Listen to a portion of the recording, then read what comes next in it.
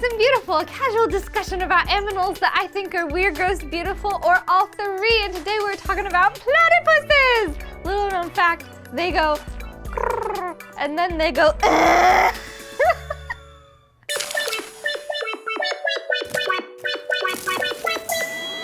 The first scientists to examine the platypus thought that they had been fooled. They were like, what is this animal that you have presented us with? This is like you sewed a duck bill and duck feet and otter and a beaver together. You think that's science? It's not science and it's not funny. But then they were like, oops, my bad, that's a real animal.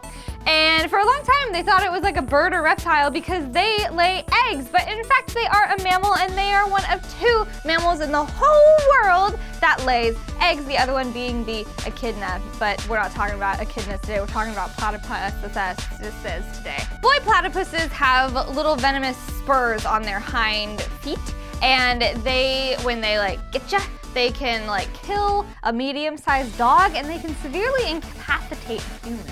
So, you know, just watch out. Platypuses have very sensitive bills. They have this ability, it's called electroreception. They have the ability to detect natural electric stimuli. So, like, all of it's like the force. They can feel the force, that's what it is.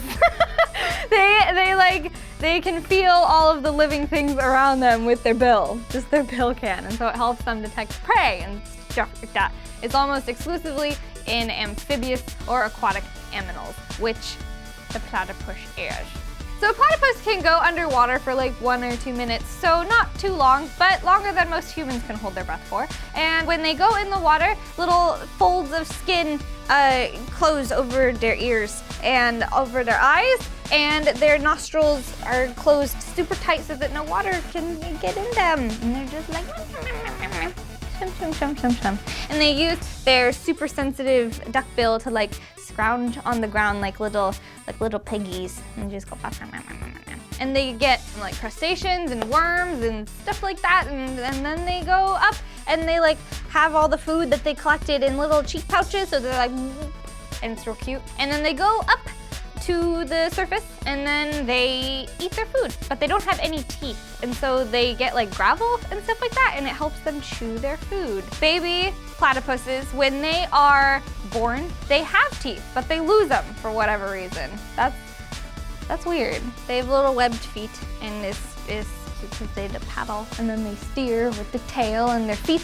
But when they're on the land, they're a little bit less graceful. They do a little bit of waddling and no, it's cute. But when they're on land, their webbing will like retract to reveal some claws so that they can get a little bit better footing. When a mommy platypus lays her eggs, the eggs will be with her. She'll incubate them and sit on them and be with them for about 10 days, and then they hatch. But when they hatch, they're only like the size of a lima bean, and this is really, really tiny.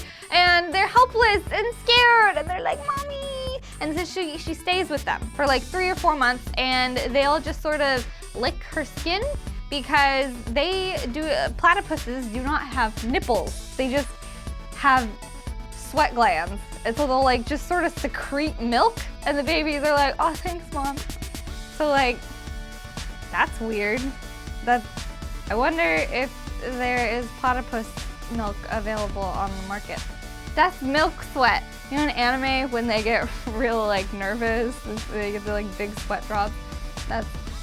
Thank you so much for watching Weird, Gross, and Beautiful. My name is Catie Wayne, and if you would like to, you can follow me on Twitter and request an animal for me to cover. This week's animal was suggested by Robert Hillman, so thank you so much. They are very weird and beautiful and